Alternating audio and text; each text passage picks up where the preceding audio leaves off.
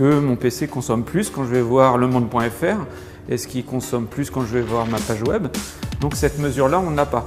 Donc c'était l'objectif du projet Web Energy Archive qui était porté par le Green Code Lab, de mettre un système qui mesure cette consommation. Le principe, c'est je mets mon site web dans l'environnement. Je prends l'exemple de sites comme Libération. Donc, on a une consommation de 72 Wh pour 1000 pages vues. C'est-à-dire que quand je vais voir 1000 fois la page ou quand il y a 1000 utilisateurs qui vont voir la page, on consomme 72 watts. Et on met une étiquette énergétique qui donne le positionnement. Donc plus on va consommer, plus on va avoir une étiquette qui est vert léger, comme les frigos en fait. N'importe qui peut mettre son site, c'est ouvert. Actuellement, il y a 400 sites mesurés. Donc ces sites sont mesurés tous les 15 jours.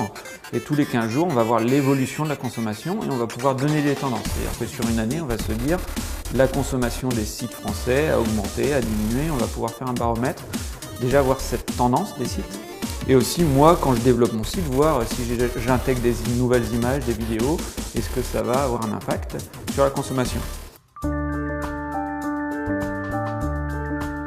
Alors Green Inspector, c'est un projet collaboratif qui est aujourd'hui proposé par Qualitaire, qui est le leader sur ce projet.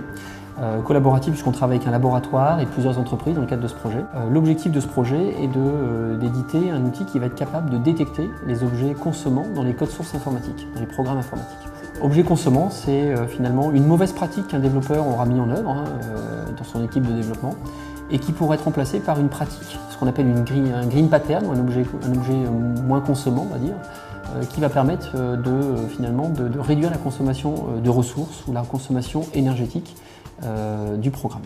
Aujourd'hui, on n'est pas dans les mesures, on est plutôt effectivement donner un outil au développeur qui va lui permettre d'aller au niveau de la ligne de programmation pour détecter les endroits où il doit corriger quelque chose et lui proposer bien sûr des solutions qu'il doit mettre en œuvre finalement pour corriger cette mauvaise pratique. Les clients, on peut les classer dans les clients qui ont des besoins finalement de réduire l'impact des ressources ou l'impact énergétique par rapport au fait qu'eux payent une facture. Ce sont des hébergeurs par exemple qui sont aussi éditeurs de logiciels et qui ont du coup un impact intéressant à travers la couche logicielle qui est souvent sous-estimée.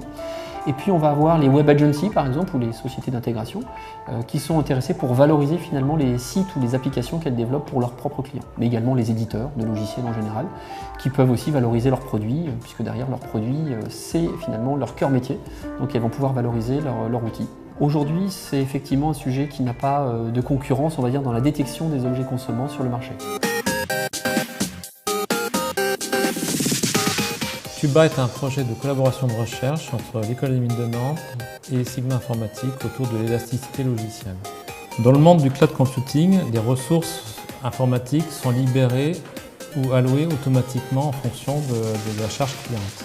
Nous avons en fait inventé un nouveau concept, l'élasticité logicielle, qui va en fait déformer le logiciel qui est hébergé par le cloud selon certaines circonstances, certains événements exceptionnels, comme une montée en charge imprévue ou comme une panne du centre de données qui héberge en fait le service.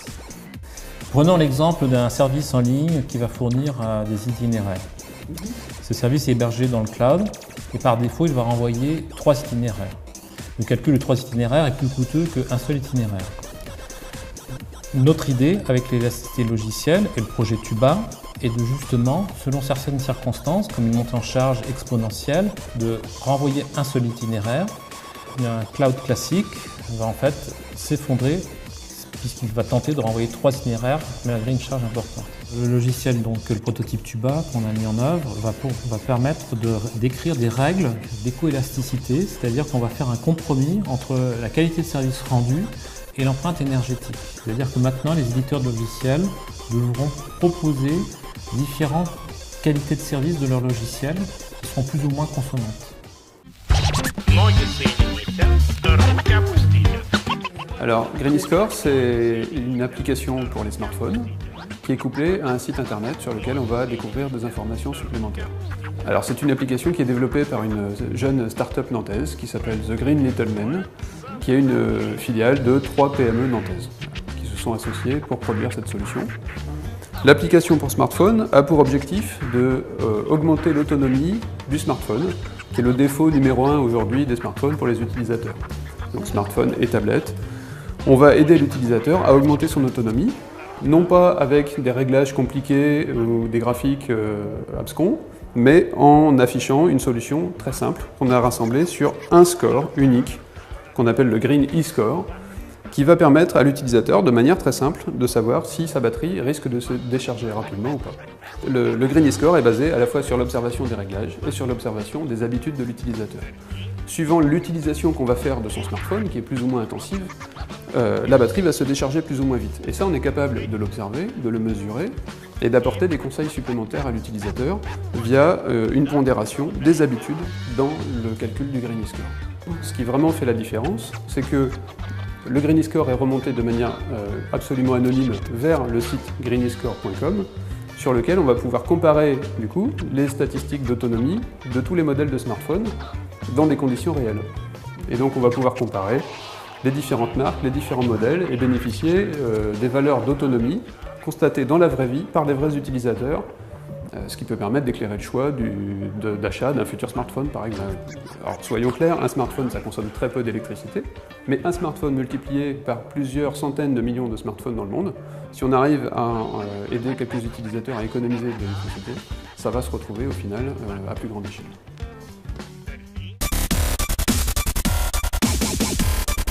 Vous l'avez bien compris, le Green Lab Center est un laboratoire démonstrateur de l'ensemble de ces technologies, de ces produits, de ces projets, tels Green e-score, Green Spector, Web Energy Archive ou encore Tuba. Il présente également 6 autres démonstrateurs que nous avons introduits ici dans le Green Lab Center, que ce soit dans le domaine du logiciel, que ce soit dans le domaine du matériel. Le Green Lab Center a vraiment pour vocation à mettre en valeur les projets et les produits innovants dans le domaine du Green IT. Nous sommes aujourd'hui incubés au niveau du centre d'innovation de transfert de la technologie de Nantes, de l'école des mines de Nantes. Nous sommes soutenus aujourd'hui par Nantes Métropole dans le cadre de Green Capital et accompagnés dans le montage du projet par Atlampol.